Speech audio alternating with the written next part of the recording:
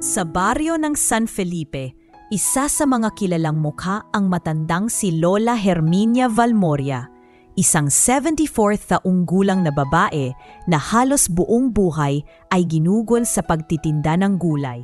Araw-araw siyang makikita sa gilid ng palengke, nakaupo sa maliit na bangkong gawa sa kahoy, habang nakalatag sa harap niya ang mga simpleng paninda, ilang pirasong talong, kamatis, sitaw at kuminsan ay ilang bungkos ng malunggay. Hindi man marangya, bawat gulay na kanyang maibenta ay dagdag pambili ng bigas at gaas para sa lampara sa kanilang tahanan.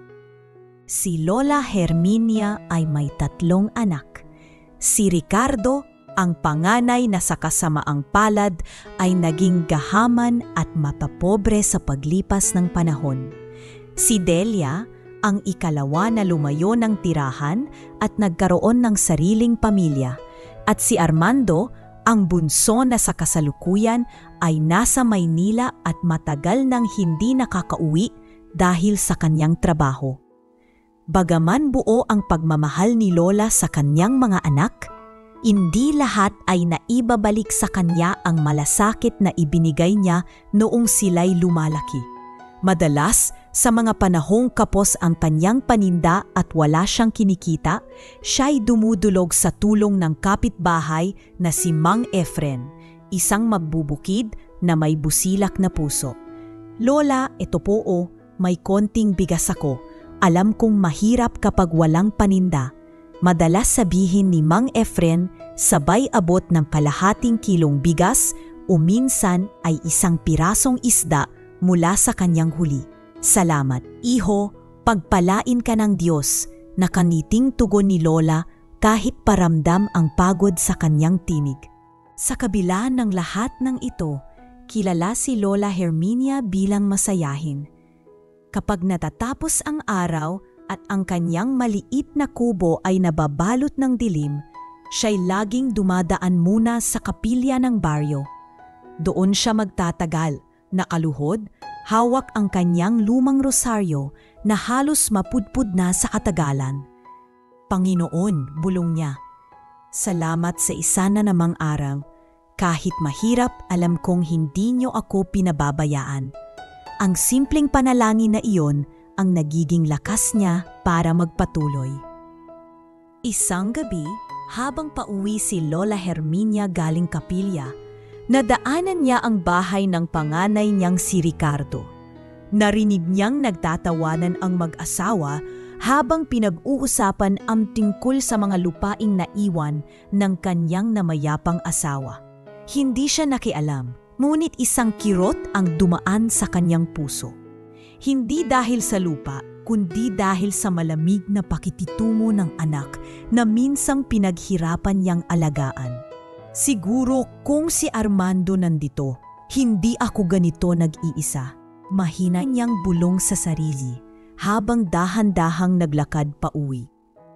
Kinabukasan, maaga na namang bumangon si Lola. Habang inaayos ang mga gulay na kanyang dala mula sa sariling bakuran, may lumapit na batang kapitbahay, si Nena, na may dalang kendi. Lola, ito po, bigay sa akin ni nanay. Para po sa inyo din, inosenteng sabi ng bata. Napangiti si Lola, niyakap ang bata at saglip na nakaramdam ng init ng pagmamahal na bihirang ibigay sa kanya ng sariling anak. Salamat Nena, ang bait mo ha. Lagi kang magdasal para maging mabuti ka hanggang paglaki. Sa palengke, kilala rin siya ng mga tindera at mamimili. May mga pagkakataong kahit kulang ang sukli niya, tinatanggap pa rin siya ng mga suki dahil alam nilang mahirap ang kalagayan ng matanda. Herminia, bayad ka na sa susunod ha, huwag ka nang mahiya, sabi ni Aling Minda, kapwa tindera ng gulay. Maraming salamat Minda, hindi ko makakalimutan ang kabutihan mo, sabot niya na may ngiting totoo. Subalit sa kanyang kalooban, ramdam ni Lola Herminia ang pangungulila sa kanyang bunso. Si Armando na minsan siyang pinangako ang babalikan at itatayo silang muli sa hirap ay matagal nang hindi nagpaparamdam. Naiisip niya kung kumusta na ito sa Maynila, kung malusog pa ba o kung mayroon ng sariling pamilya. Madalas niyang bulungan ang hangin. Armando, anak, kung naririnig mo ako, sana maalala mo si inay. Hindi ko kailangan ng salapi, anak. Ang gusto ko lang ay makita ka ulit. Habang unti-unting lumilipas ang mga araw, nanatiling matibay ang pananampalataya ni Lola. Hindi siya nagrereklamo. Bagkus ay pinipili niyang ngumiti kahit sa harap ng matinding pagsubok. Ang mga kapitbahay ay humahanga sa kanyang tibay ng loob, ngunit lingid sa kanila, bawat gabi may mga luhang pumapatak habang nakatingala siya sa bubong ng kanyang kubo.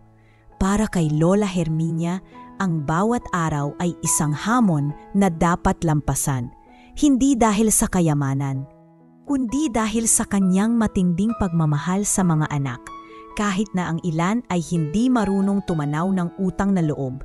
At sa mga oras na yon, walang kamalay-malay si Lola na ang kanyang buhay ay dadaan sa pinakamabigat na pagsubok. Ang pagsubok na magbubunyag hindi lamang ng kanyang tibay kundi ng tunay na kulay ng mga taong pinakamalapit sa kanya. Ngunit sa kanyang puso, nanatiling buhay ang panalangin na balang araw ang mga anak niya ay muling magsasama-sama. Hindi upang siya'y pahirapan, kundi upang mahalin siya gaya ng dati. Sa mga sumunod na taon, lalong lumalim ang hinanakit ni Lola Herminia kay Ricardo Valmoria, ang panganay niyang anak. Hindi ito kagaya ng dati na masunurin at mapagmahal. Simula nang nakapangasawa ito kay Marta, isang babaeng galing sa pamilya ng mga negosyante, nagbago ang kanyang ugali. Unti-unti itong naging matapobre, palaging nakataas ang noo, at mas inuuna ang ambisyon kaysa sa pagmamalasakit sa ina. Isang hapon, nadatnan ni Lola ang mag-asawa sa kanilang malaking bahay habang pinag-uusapan ang tungkol sa natitirang lupa. Ricardo, wika ni Marta habang nakapamewang. Sayang ang ektaryang iyon sa tabi ng ilog. Wala namang silbi ang nanay mo dyan. Puro damo lang ang tumutubo. Kung atin na iyon, pwede nating iparenta sa mga taga-bayan na gustong magtayo ng resort. Tumango si Ricardo. Oo nga, Marta. Ang problema lang, ayaw pa ring pirmahan ni inay ang mga papeles. Pinapalaki lang niya ang issue.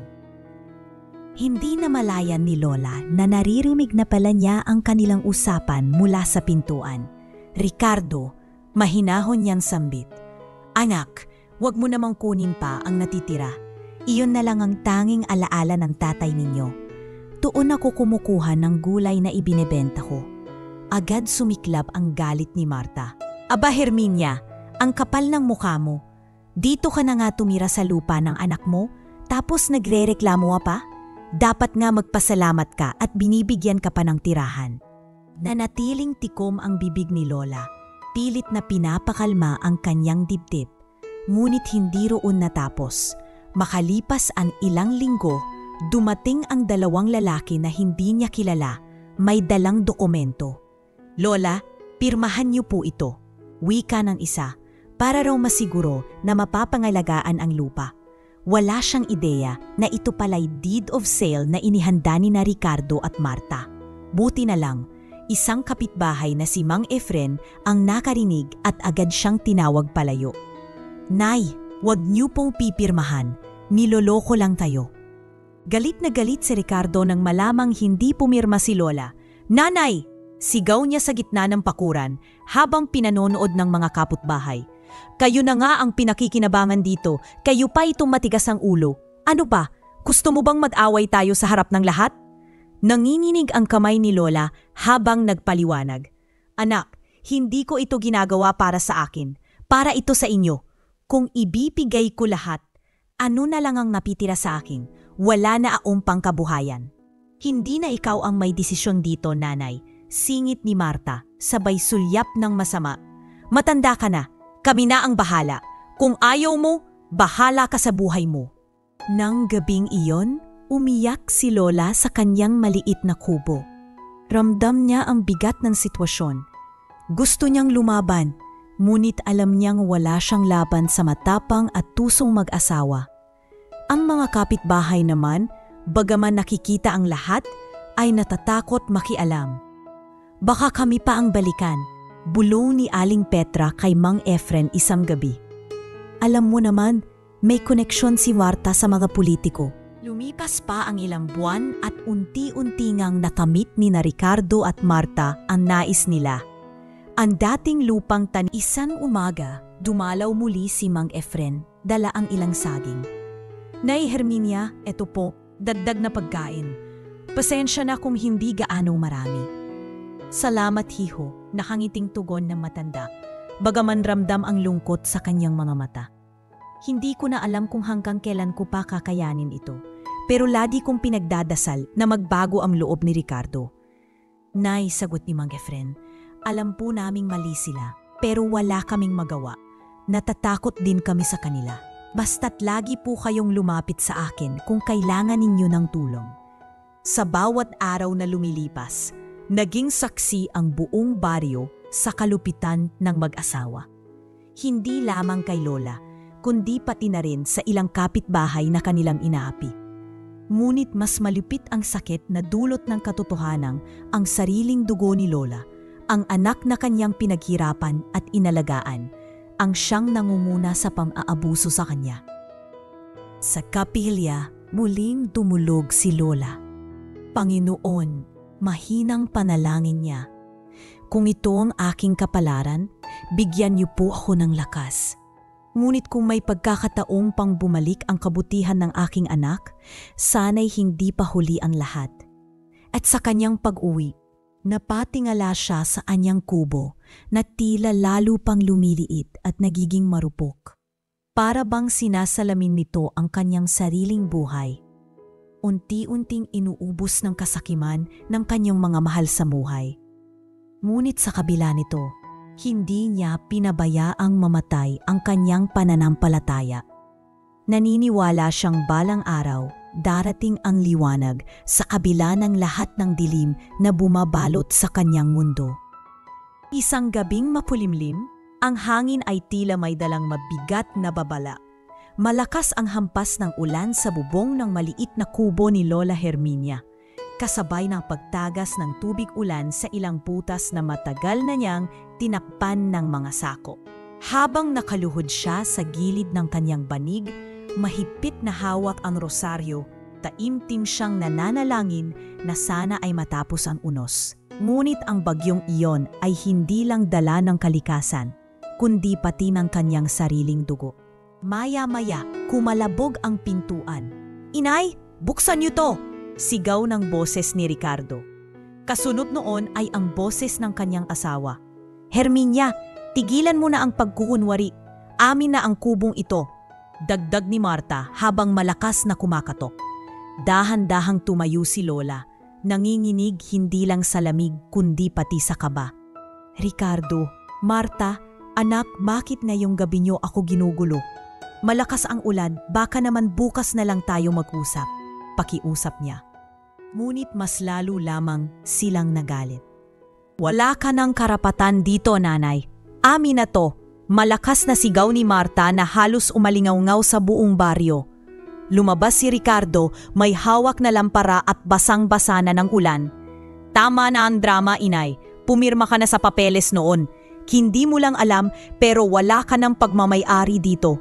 Kaya lumayas ka na." Nangilid ang luha sa mga mata ni Lola. "Anak, Ricardo, wala na nga akong ibang pinangahawakan kundi ang maliit na kubong ito. Ito na lang ang tahanan ko. Kung paaalisin mo ako rito, saan pa ako pupunta?" Nanginginig niyan tanong. Ngunit tila bato ang puso ng kanyang anak. "Hindi mo ba naririnig ang sarili mo? Matanda ka na. Pabigat ka na lang. Kung talagang ayaw mong lumabas, kami na ang maglalabas sa'yo." Malamig na tugon ni Ricardo. Inila siya ng marahas ni Marta. Halos mapasubsob si Lola sa sahig. "Bitawan mo ako, Marta." "Anak, Ricardo, Bakit ganito ang trato niyo sa akin? Umiiyak na sambit ng matanda habang pilit niyang pinupulot ang ilang lumang damit na nakatupi sa isang kahon. Kinuha rin niya ang kanyang lumang rosaryo na tanging kayamanan na lamang niya. Wala kaming pakialam sa mga gamit mo, sigaw ni Marta, sabay tulak sa kanya palabas ng kubo. Bumuhos ang ulan sa kanyang ulo, binabasa ang kanyang lumang bestida. Ang mga kapitbahay, bagaman nakasilip mula sa kani-kanilang bintana, ay walang magawa. May ilan na nagbulungan. Kawawa naman si Lola Herminia. Paano nagawa ng sarili niyang anak to? Ngunit walang lumapit upang siya'y ipagtanggol. Diyan ka na lang muna, nanay. Wala ka ng lugar dito. Malamig na wika ni Ricardo. Itinuro niya ang kulungan ng baboy sa likod ng bakuran.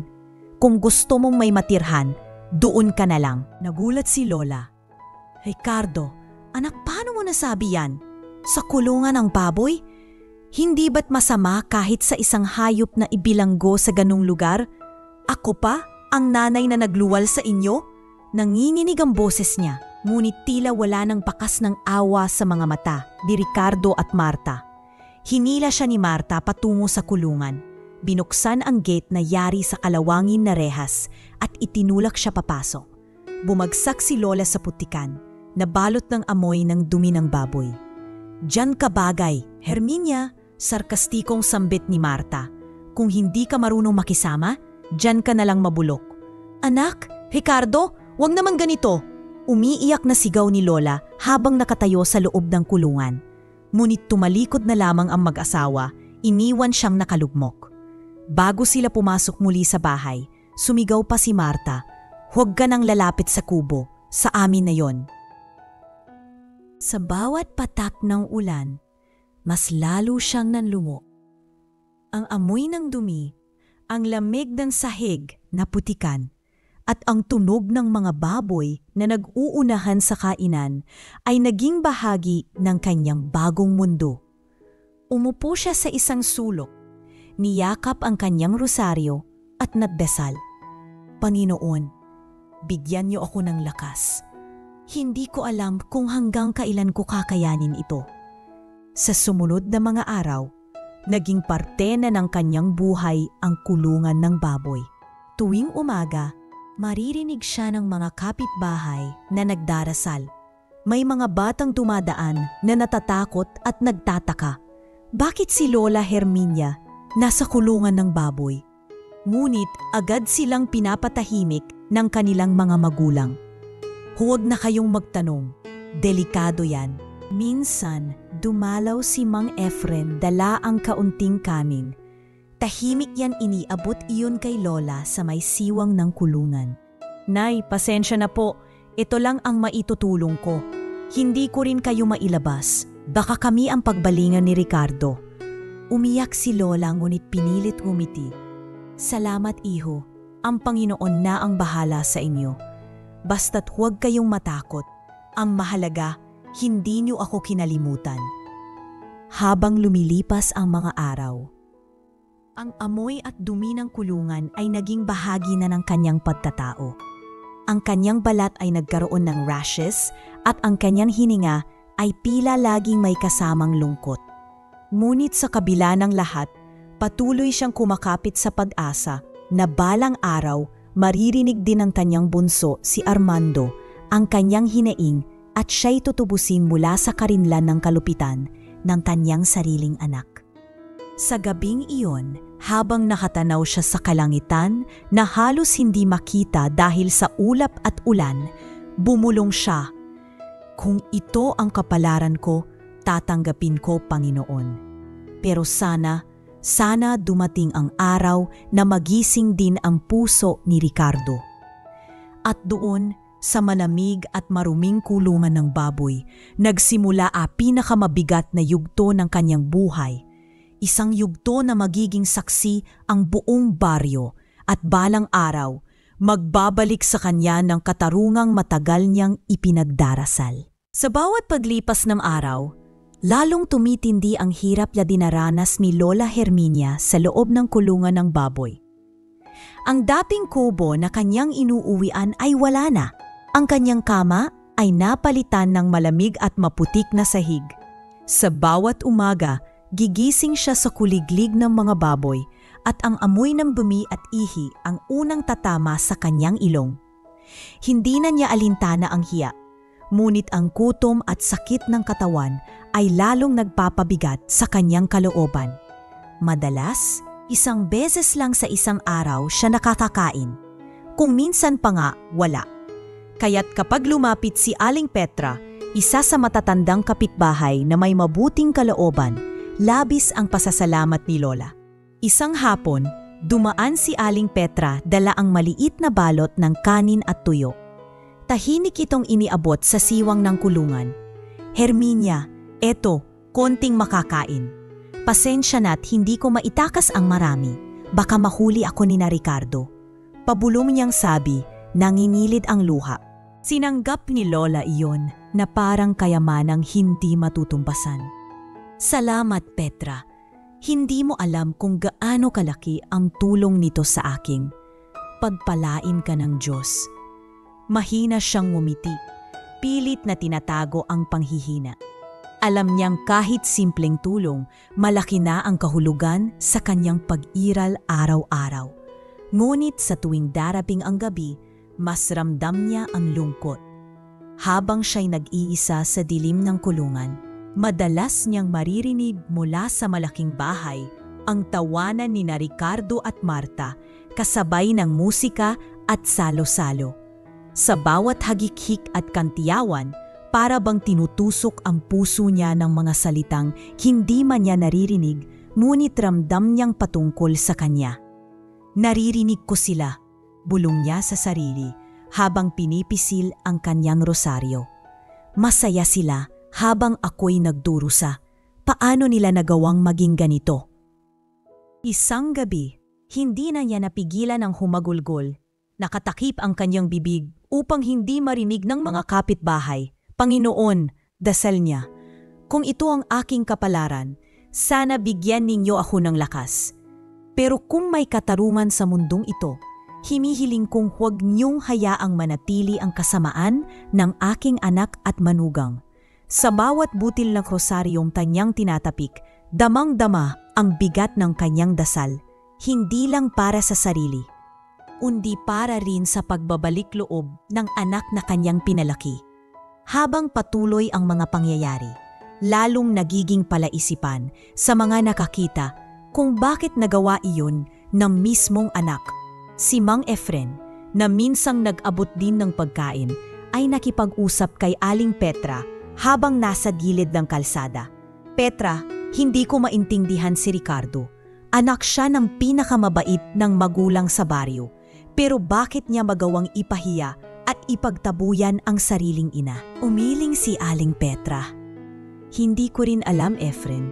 Ang hirap lang isipin na tayo, na hindi niya kaano-ano, ay mas may malasakit pa kay Herminia kaysa sa kanyang sariling dugo. Pero natatakot din ako. Baka kung makialam tayo ng hayagan, pati tayo ay madamay." Dumating ang isang pagkakataon na nakita ni Nena ang batang kapitbahay, si Lola, sa loob ng kulungan. "Nanay, bakit po si Lola andyan sa kulungan ng baboy?" Parang hindi tama, inosenteng tanong ng bata. Napayuko ang kanyang ina at pinigilan itong magtanong pa. "Tama ka, anak, hindi iyon tama. Pero may mga bagay sa mundo na mahirap ipaliwanag. Basta't ipagdasal na lang natin si Lola Herminia." Sa bawat araw na lumilipas, lalong nanlalambot ang katawan ni Lola. Dumadalas ang pananakit ng kanyang likod at tuhod dahil sa malamig at maruming paligid.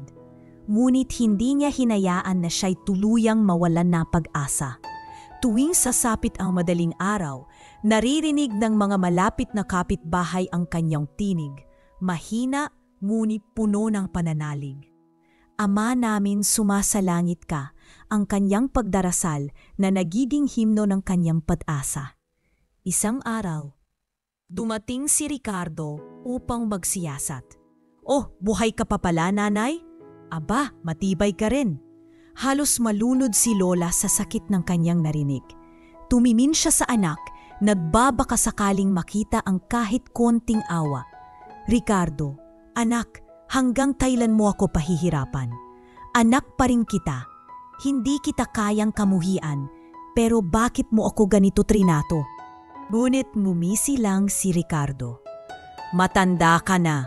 Hindi mo na maiintindihan ang mga plano namin. Ang mahalaga, wala ka ng karapatan sa mga ari-arian. Tanggapin mo na lang na dito ka na. At sa isang iglap, iniwan na naman siya ng anak na para bang wala siyang halaga. Pinanood siya ng ilang kapitbahay mula sa malayo, nagbubulungan. Wala na yatang masasakit pa kaysa sa ginagawa ni Ricardo. Kung ibang tao ang gumawa nito, maiintindihan pa. Pero sariling anak? Sabi ng isa. Kahit ako, hindi ko kakayanin. Ang sakit siguro nun. Tugon ng isa pa. Sa kabila ng lahat, nanatiling matatag ang puso ni Lola. Alam niyang hindi siya nag-iisa, sapagkat ang kanyang pananampalataya ay mas malakas kaysa sa lahat ng pahirap. At sa bawat patak ng ulan na dumadampi sa bubong ng kulungan, naniniwala siyang darating din ang araw na ang langit mismo ang kikilos upang ipakita na ang kabutihan ay hindi kailanman matatalo ng kasakiman at kalupitan. At doon, sa gitna ng pagdurusa, nagsimulang mabuo ang bulong ng mga tao sa baryo. Isang tanong na paulit-ulit nilang inuusal. Hanggang kailan nila kayang sikmurain na ang kanilang ina, si Lola Herminia, ay nananatili sa kulungan ng mga baboy? Sa Maynila, malayo sa baryo ng San Felipe, abala si Armando Valmoria, bunsong anak ni Lola Herminia, sa kanyang buhay bilang abogado. Hindi siya ordinaryong abogado na nakaupo lang sa mga opisina. Kilala siya sa lungsod bilang taong may malasakit sa mahihirap at laging handang ipagtanggol ang naaapi. Mula sa mga manggagawang tinanggal ng walang dahilan hanggang sa mga pamilya na pinalalayas sa lupain matagal nilang tinitirhan, si Armando ang palaging nakatayo sa harap ng korte upang ipaglaban sila. Ngunit sa kabila ng kanyang mga tagumpay, hindi pa rin siya nakalilimot sa kanyang pinagmulan. Madalas siyang pagpadala ng pera buwan-buwan para sa kanyang ina, gamit ang remittance na dumadaan sa pangalan ni Ricardo. Sa kanyang isip, maayos ang kalagayan ng kanilang ina dahil may perang ipinapadala. Madalas pa nga niyang sabihin sa mga kasamahan, buti na lang at nariyan si Kuya Ricardo. Siya na ang tumitingin kay inay habang wala ako. Hindi niya alam. Ang tiwalang yun ang ginamit laban sa kanilang ina. Isang gabi sa kanyang maliit na opisina, habang sinusuri ang mga papeles ng bagong kaso, dumating si Mang Efren, ang kapitbahay nila sa San Felipe na nakipagsapalaran bumisita sa Maynila. Halatang pagod ito mula sa biyahe, ngunit dala ang bigat ng konsensya.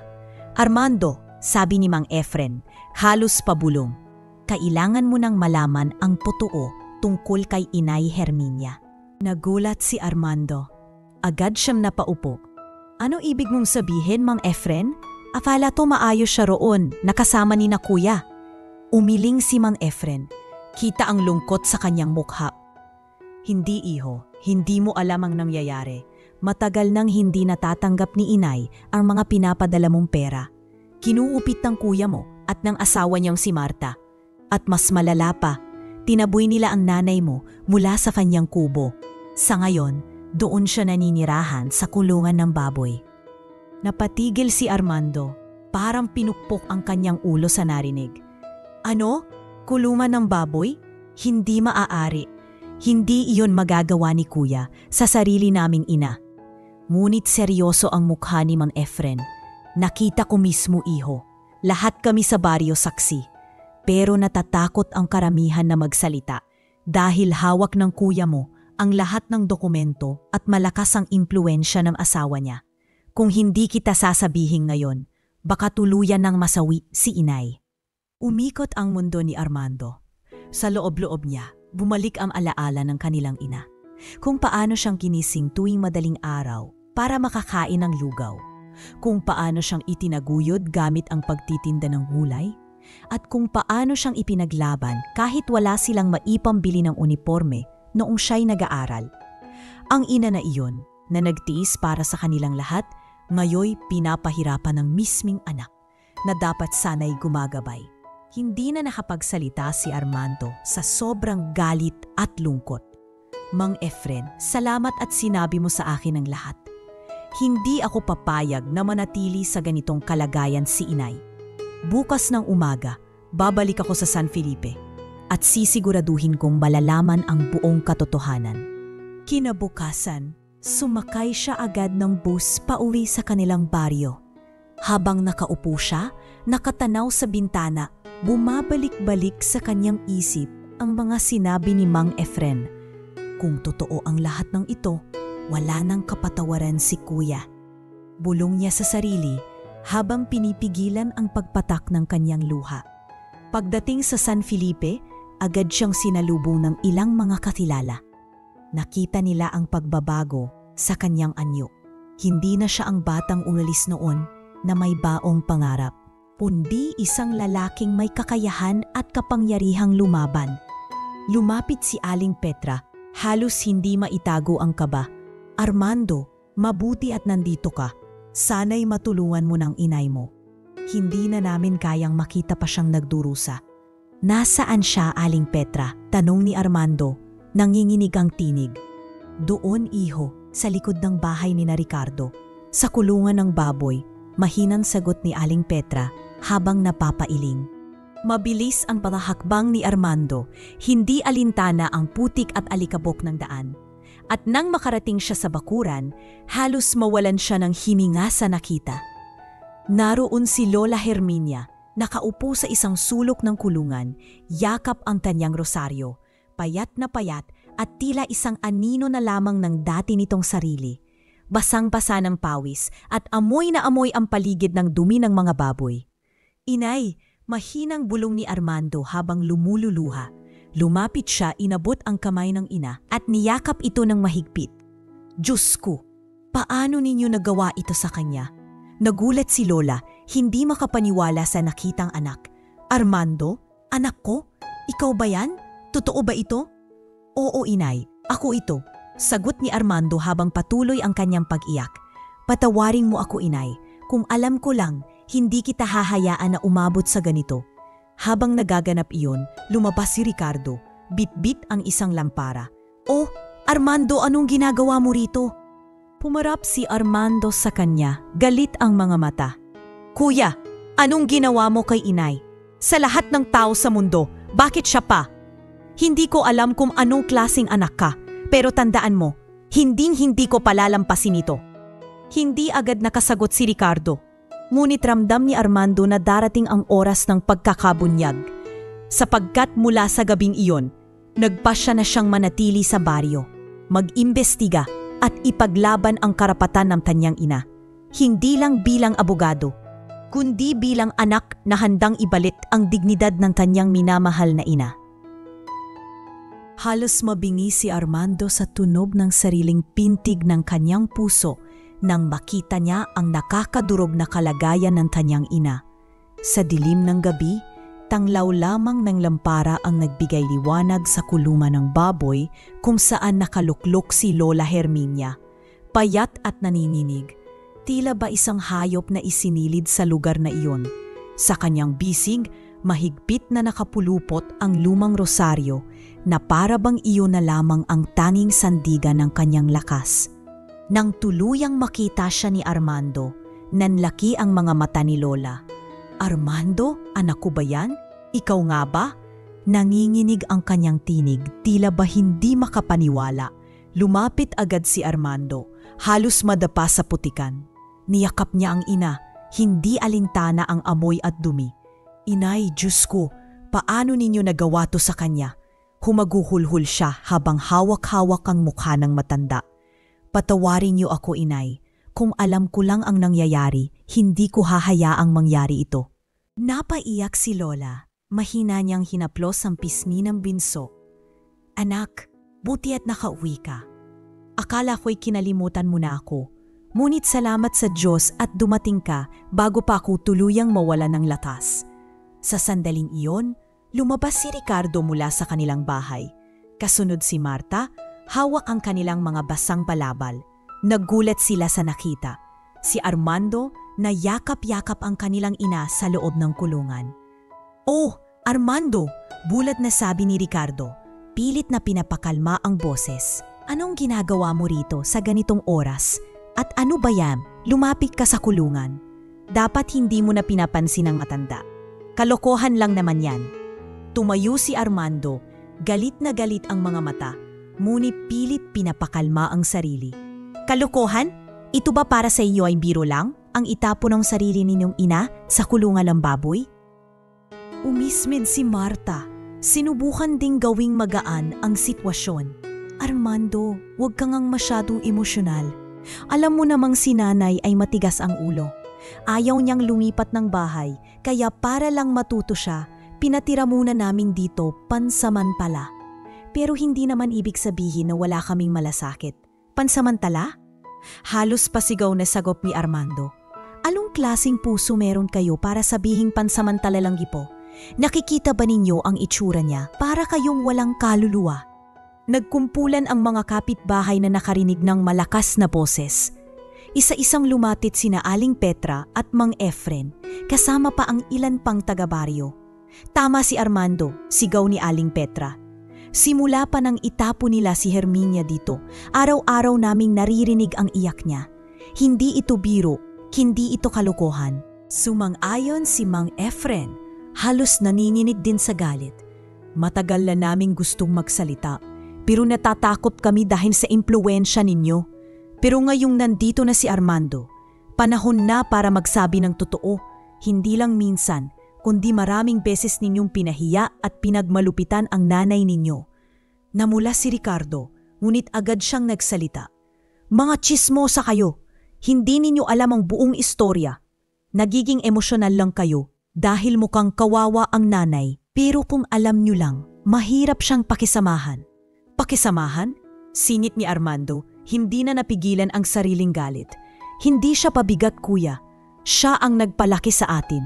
Kung hindi dahil sa kanya, wala tayo sa kinatatayuan natin ngayon. At ngayon, ganyan na lang ang igaganti ninyo?" Tahimik ang mga tao. Ngunit ang bigat ng kanilang presensya ay lalong nagpatindi ng kahihiyan kina Ricardo at Marta. Sinubukan ni Marta na baguhin ang usapan. "Armando, huwag kang basta maniniwala sa kanila. Alam mo naman, may mga inggit dito sa baryo. Gusto lang nilang sirain ang pangalan namin." Ngunit matatag ang tinig ng isang matandang lalaki na saksi rin. "Hindi ito paninira, Marta. Lahat kami, nakita namin kung paano nyo tinulak si Herminia palabas ng kanyang kubo at pilit na isiniksik dito. Kung kinakailangan, handa kaming tumestigo laban sa inyo." Saglit na natahimik si Armando, huminga ng malalim. Sa kabila ng kanyang matinding galit, pinili niyang kumilos ng maingat. Alam niyang hindi sapat ang emosyon para maipanalo ang laban. Kailangan niya ng matibay na ebidensya at testimonya upang mapanagot ang kanyang kapatid at manugang. "Salamat sa inyong lahat," sabi ni Armando sa mga tao. "Kung handa kayong tumestigo, sisiguraduhin kong maririnig ang tinig ng bawat isa. Hindi lamang para kay inay, kundi para na rin sa katarungan ng buong baryo. Hindi pwedeng ipagpatuloy ang ganitong kalupitan." Lumapit muli siya kay Lola, hinawakan ang kamay nito. "Inay, mula ngayon, hindi ka na muling mag-iisa. Nandito na ako at ipaglalaban ko ang dignidad mo." Nagluha si Lola. Ngunit sa unang pagkakataon, matapos ang matinding pagdurusa, muling sumilay ang kaunting pag-asa sa kanyang mga mata. "Salamat, anak. Alam kong hindi ako pinabayaan ng Diyos dahil dinala ka niya sa akin ngayon." At habang ang gabi ay patuloy na bumubuhos ng ulan, tumibay ang paninindigan ni Armando. Hindi na siya basta ang bunsong anak na matagal nang malayo. Siya na ngayon ang magiging sandigan ng kanyang ina. At ang magiging sagisag ng hustisya laban sa kasakiman ng sarili niyang kapatid. Sa harap ng mga kapitbahay na handa nang magsalita, nagsimula ang bagong kabanata ng laban.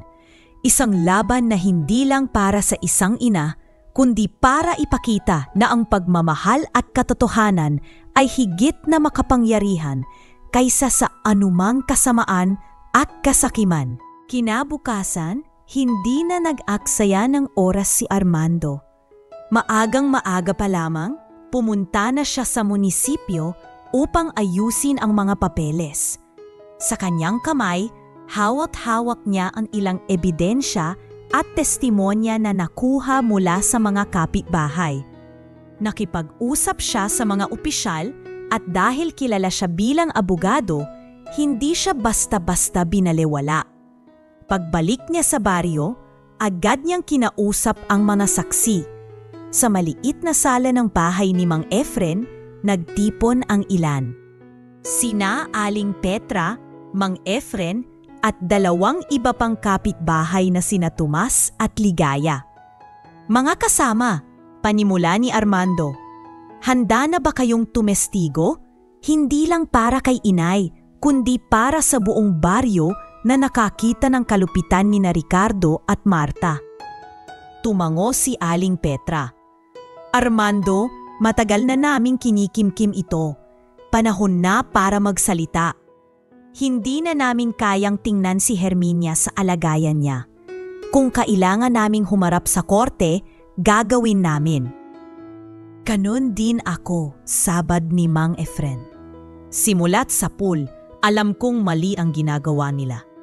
Pero ngayon na nandito ka, mas may lakas kami. Hindi na ito matatapos sa bulungan lang. Nadama ni Armando ang bigat ng sitwasyon, ngunit nagkaroon siya ng lakas ng loob. Salamat sa inyong lahat. Ang testimonya ninyo ay magiging matibay na sandigan para makamit ni inay ang hustisya. Makalipas ang ilang araw, formal niyang inihain ang kaso laban kina Ricardo at Marta. Hindi lamang ito tungkol sa pananakit at pagpapahiya kay Lola Herminia, kundi pati na rin sa matagal ng pandaraya sa lupa at ari-arian na ipinundar ng kanilang mga magulang. Lumabas sa mga dokumento na matagal nang gumagamit ng pekeng pirma at kasulatan si Ricardo upang maipasa sa kanyang pangalan ang ilang ektaryang lupa. Hindi ko akalaing ganito kalala, bulong ni Armando habang ipinapakita ang mga dokumento kay Kapitana Noraline Manlapig, ang barangay captain. Kinatigan siya ng kapitana. Armando, matagal ko nang naririnig ang mga reklamo tungkol kina Ricardo at Marta, pero wala akong lakas para kalabanin sila. Maraming umaasa sa akin at natatakot silang mawalan ng suporta. Pero ngayong may hawak kang ebidensya at may kasanayan ka bilang abogado, hindi na tayo uurong. Suportado kita. At higit sa lahat, si Herminia. Napaluha si Lola nang marinig ang balita. Salamat, Kapitana. Salamat, anak. Akala ko'y tuluyan na akong malilimutan. Hindi nagtagal, dumating ang mga pulis upang magsagawa ng investigasyon. Tumigil ang mga tricycle at motor sa harap ng bahay ni Ricardo. At agad na naging usap-usapan ito sa buong baryo. Ang mga kapitbahay ay naglabasan. Nagsisilipan sa kanilang mga pintuan. Mga sir, ano pong ginagawa ninyo rito? Tanong ng isang tambay. May reklamo laban sa mag-asawang nakatira rito. Kailangang imbestigahan, sagot ng isang pulis. Nang makita ni Ricardo at Marta ang mga pulis, halos mawalan sila ng kulay sa mukha. Ano ko, Armando? Pasigaw na tanong ni Ricardo. Pinapahiya mo ba ako sa harap ng mga tao? Matatag ang tingin ni Armando. Hindi po ang nagpapahiya sa iyo, kuya. Ikaw mismo ang may gawa nito. Ang ginawa ninyo kay inay, ang pandaraya ninyo sa mga lupa, lahat yan ay hindi ko palalampasin. Kalukuhan, sigaw ni Marta. Wala kayong ebidensya. Ngunit lumapit si Mang Efren at Aling Petra. Hawap ang kanilang mga sinumpaang salaysay. Narito kami. Nakita namin ang lahat. Saksi kami kung paano ninyong itinapon si Herminia sa kulungan ng baboy. Sumang-ayon si Tomas. Pati ang pandaraya sa lupa, alam ng marami. Hindi nyo na maloloko ang mga tao. Ang mga tao sa baryo na dati takot magsalita, ngayon ay nagsimula ng magsigawan ng kanilang saloobin. "Wala na kayong awa," sigaw ng isa. Kaya pala nagtataka kami kung bakit si Herminia na siyang tunay na may-ari biglang nawalan ng lupa. Dagdag ng isa pa. "Matagal na kaming nagdududa sa inyo, Ricardo at Marta." Habang patuloy ang kaguluhan, nanatiling kalmado si Armando. Alam niyang ito pa lamang ang simula, ngunit ang pagbagsak ng kapatid at manugang ay nagsisimula ng lumitaw. Sa mga susunod na araw, dumalo si Kapitana Noraline sa lahat ng pulong at hearing. Tinitiyak na hindi madidiskaril ang kaso. Hindi lang ito laban para kay Herminia, sabi niya. Ito'y laban para sa lahat ng matatanda at ina na minamaliit ng kanilang sariling pamilya. Dapat magsilbi itong aral. Lalong sumama ang loob ng mga apitbahay kina Ricardo at Marta. Kapag nakikita sila sa kalsada, wala nang pumabati at ang dati nilang ipinagmamalaking impluensya ay unti-unting nawawala. Ang kanilang mga anak ay nahihiyang lumabas. At ang dating mga kaibigan ay nagsipaglayuan. Samantala, si Lola Herminia, bagaman mahina, ay nakaramdam ng bagong pag-asa. Habang nakaupo sa isang lumang silya sa ilalim ng puno ng mangga, nakatingin siya kay Armando. "Anak," mahina niyang sabi, "salamat at hindi mo ako iniwan. Kung wala ka, baka hanggang ngayon ay nasa kulungan pa rin ako." Niyakap siya ni Armando. "Inay, ito ang tungkulin ko. Hindi lang bilang abogado kundi bilang anak ninyo. Hindi ko hahayaang manatili kayong sugatan at pinapahiya ng sariling dugo." At sa bawat araw na lumilipas, lalong tumitibay ang laban. Hindi na lamang ito usapin ng lupa at ari-arian. Ito'y laban para sa dignidad ng isang ina, laban para sa katarungan, at laban para sa katotohanang matagal nang binaluktot ng kasakiman ni Ricardo at Marta. Makalipas ang ilang linggo mula nang magsimula ang kaso, unti-unti nang bumabalik ang sigla ni Lola Herminia. Hindi na siya natutulog sa malamig at maruming kulungan ng baboy, kundi sa maliit na silid na inihanda ni Armando sa bahay ng isang kaibigan nilang si Mang Efren. Araw-araw ay may nag-aabot ng pagkain at si Armando mismo ang nagtitiyak na malinis ang kapaligiran ng kanyang ina. Hindi man marangya, sapat na para kay Lola ang makaramdam na siya'y muling pinahahalagahan at minamahal. "Anak," wika ni Lola isang umaga habang magkasabay silang nag-aalmusal, "ramdam kong bumalik ang lakas ko. Hindi na ako ganoong nangihina. At higit sa lahat, mas gumagaan ang loob ko dahil alam kong may kasama ako." Ngumiti si Armando, sabay abot ng tasa ng mainit na salabat. "Inay, matagal mo nang pinasan ang lahat ng hirap. Panahon na para maramdaman mo na hindi ka nag-iisa. Nandito na ako. At mananatili ako hanggat kinakailangan." Dahil dito, nagsimula ring magbago ang pananaw ng mga tao sa baryo. Ang dating mga bulungan tungkol sa kahihiyan ni Lola Herminia ay napalitan ng paghangang hindi matutumbasan. Kapag siya'y dumaraan sa palengke, binabati siya ng mga tindera. "Lola Herminia, mabuti na bumabalik na ang sigla ninyo. Salamat sa inyo dahil sa katatagan ninyo, nagkaroon kami ng lakas na magsalita laban sa mali." Maging ang mga kabataan ay lumalapit upang humingi ng payo sa kanya. "Lola, paano po ninyo kinaya ang lahat ng iyon?" tanong ni Nena, ang batang minsang nagbigay sa kanya ng candy. Mahinang ngumiti si Lola. Hinaplos ang ulo ng bata. "Anak, ang sikreto ay pananampalataya.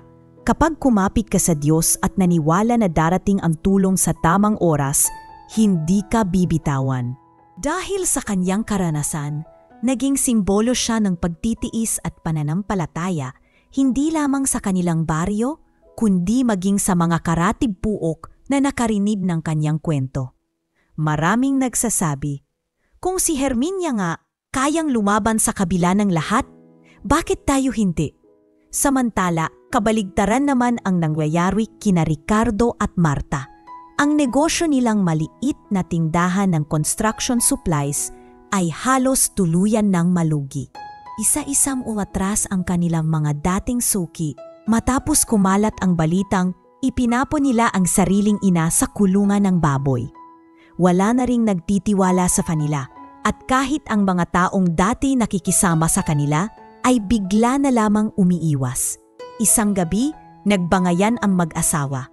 "Ricardo," sigaw ni Marta habang naglalakad paikot-ikot sa loob ng bahay. "Lahat ito kasalanan mo.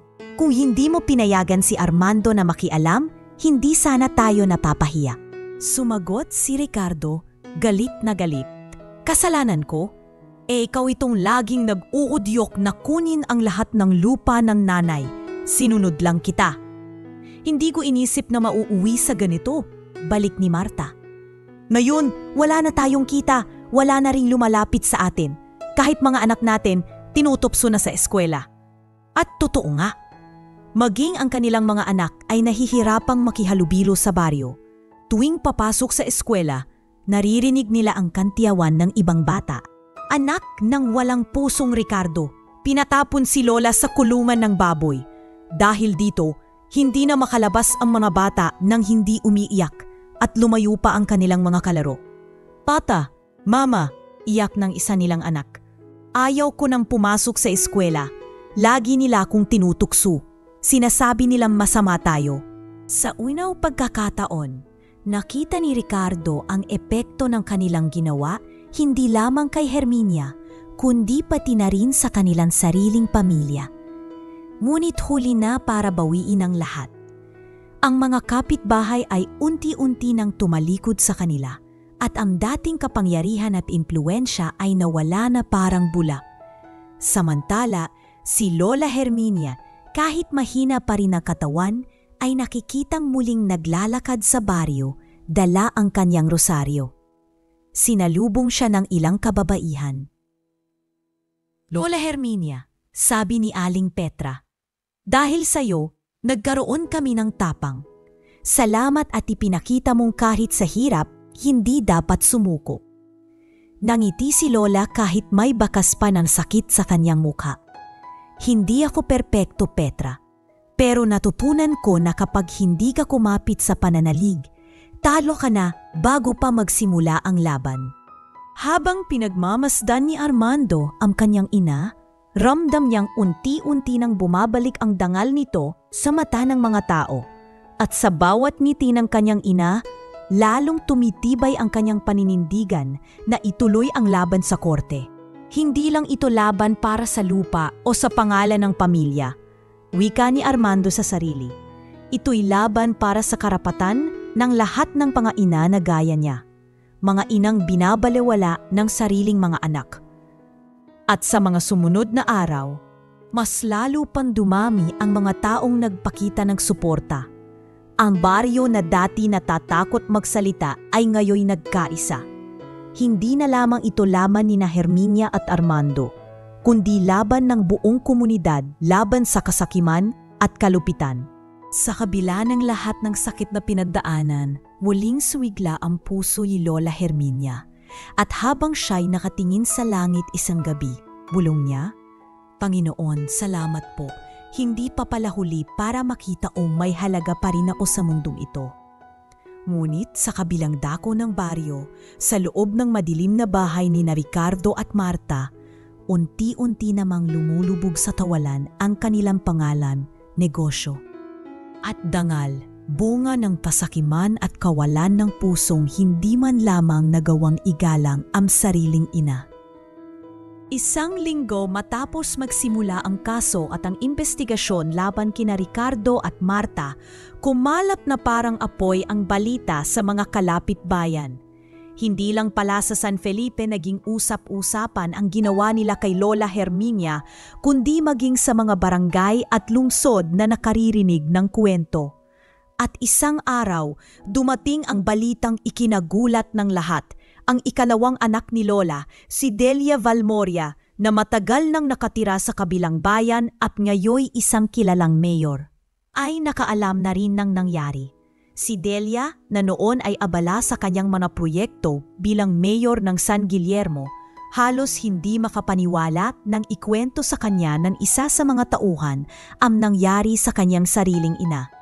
Habang nasa opisina siya, iniabot sa kanya ang ilang kopya ng investigasyong isinampa ni Armando.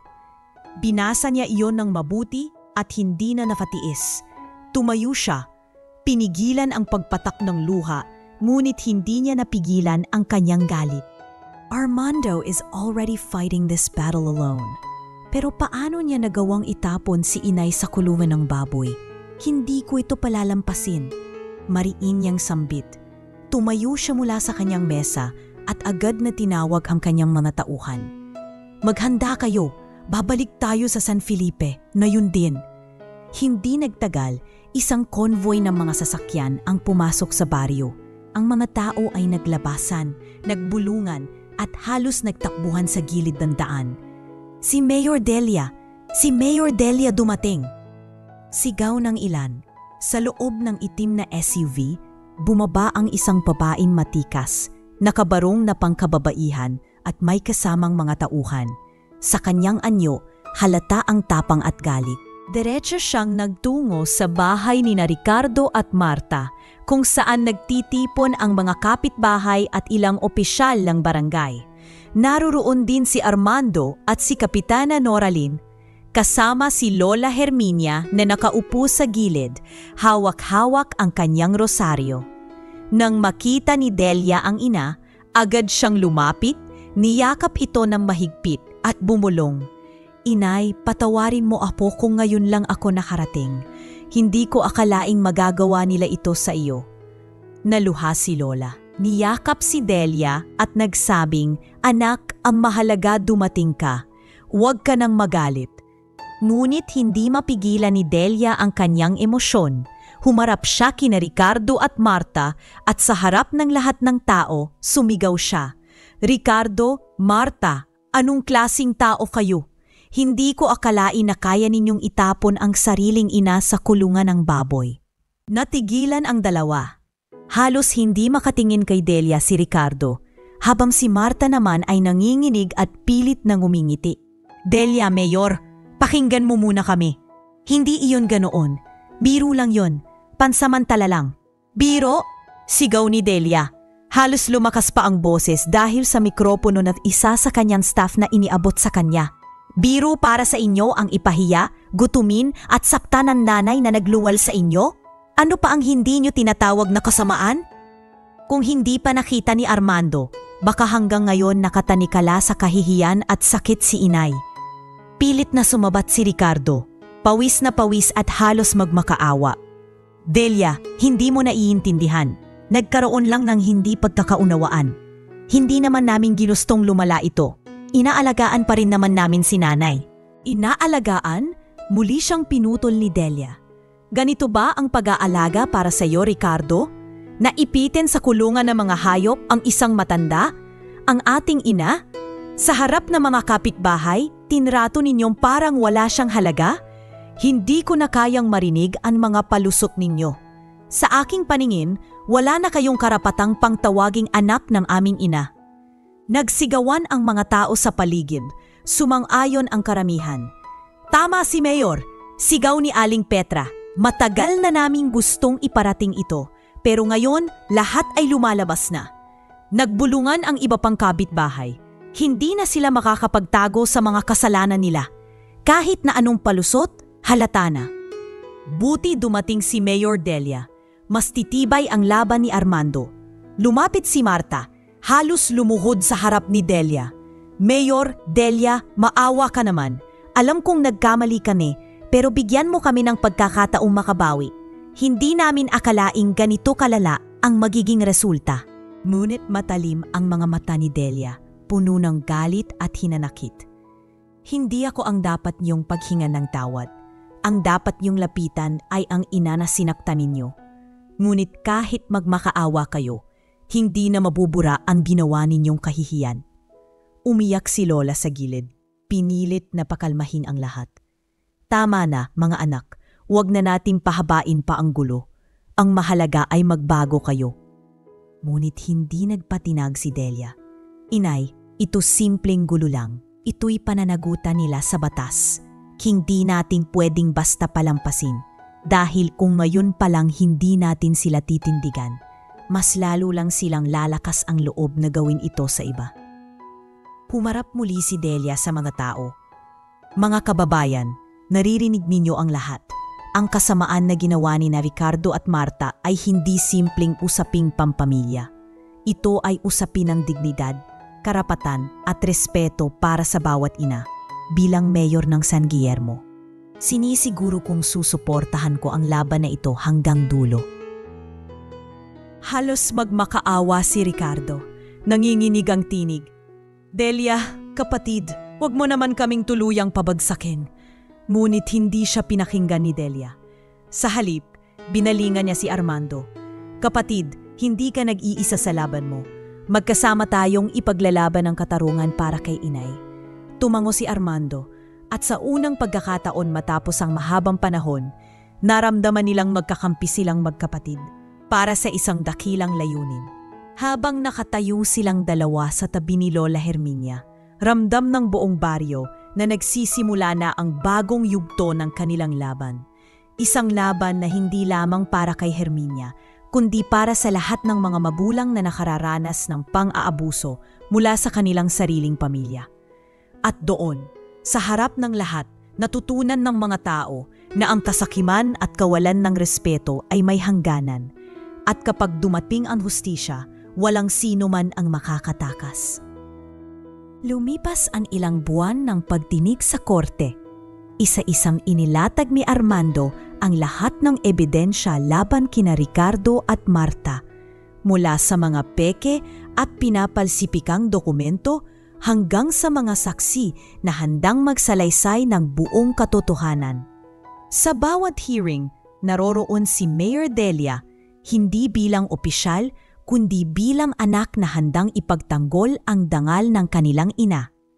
Ang mga kapitbahay na dati takot magsalita ay isa-isang humarap at nagpahayag ng kanilang nakita. Walang habas nilang itinapon si Herminia sa kulungan ng baboy, matapang nasabi ni Mang Efren sa harap ng hukom. Tama po iyon, dagdag ni Aling Petra. Ilang gabi naming naririnig ang iyak ng matanda, ngunit wala kaming magawa. Takot kami, pero hindi na kami tatahimik na yon. Kita ang pagkabalisa sa mukha ni na Ricardo at Marta. Wala na silang maipakitang palusot at unti-unti nilang naramdaman ang bigat ng kanilang kasalanan. Sa huli, naglabas ng desisyon ang korte. Ang mag-asawang Ricardo at Marta Valmoria ay pinapatawan ng kaukulang kaso sa pandaraya at pagmamaltrato. Inaalisan din sila ng karapatan na mamahala o mag-angkin pa ng anumang ari-arian ng kanilang ina, si Herminia Valmoria.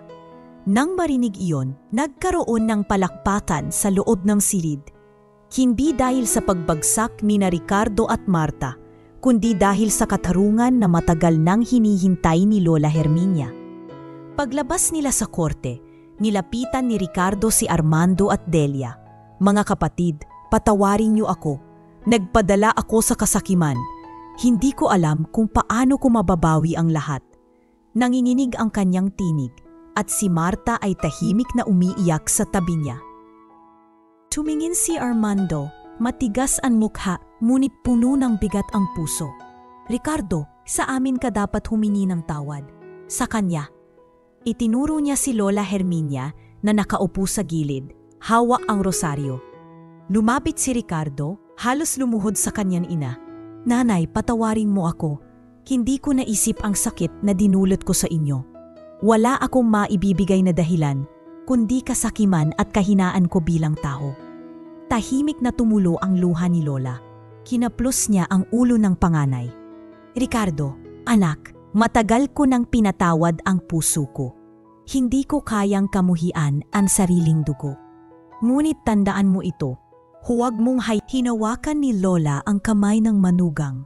Marta, hindi ko man malilimutan ang ginawa mo, pero pipiliin kong magpatawad dahil ang galit ay lason sa puso at hindi ko iyon nais dalhin hanggang sa huli kong hininga.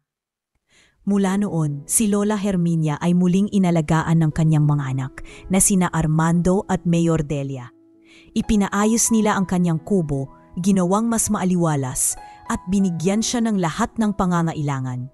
Hindi na siya muling nagkulang sa pagkain, gamot, o sa init ng pagmamahal na matagal niyang ipinagkait sa sarili dahil sa kalupitan ng ilan. Ang baryo ng San Felipe ay nagkaroon ng malaking pagbabago. Ang kwento ni Lola ay naging paalala sa lahat na walang kayamanan o lupa ang mas mahalaga kaysa sa dangal at pagmamahal sa magulang. Kapag may matatandang dumaraan sa kalsada, maririnig ang mga tao, igalang niyo sila, alalahanin ninyo ang pinagdaanan ni Lola Herminia. Maging ang mga kabataan ay natuto ng aral. Si Nena, na minsang nag-abot ng candy kay Lola, ay nagsabi, "Lola, kapag lumaki po ako, hindi ko hahayaang magdusa ang mga magulang ko. Natutunan ko po iyon mula sa inyo." Napangiti si Lola at hinaplos ang buhok ng bata. Sa kabila ng lahat, hindi naging masama ang puso ni Lola Herminia. Pinili niyang magpatawad, pinili niyang magpatuloy, at higit sa lahat, pinili niyang yakapin ang kanyang mga anak kahit na ang ilan ay nagtaksil sa kanya. Ang kanyang buhay ay naging sagisag ng tibay, pananampalataya, at walang hanggang pagmamahal ng isang ina. Isang dapitapon, habang nakaupo siya sa harap ng kanyang bahay, hawak-hawak ang rosaryo, nakatanaw sa paglubog ng araw, napalapit sa kanya sina Armando at Delia. Niyakap siya ng dalawa at ramdam niya ang init ng kanilang pagmamahal. Sa kanyang mga mata ay kumikislap ang luha, ngunit sa kanyang mga labi ay naroon ang pinakamatamis na ngiti. At doon nagtapos ang kwento. Ang imahe ng isang matanda na sa kabila ng lahat ng hirap at bighati ay muling nakangiti, hawak ang rosaryo. At yakap ng mga anak na tunay na nagmamahal sa kanya.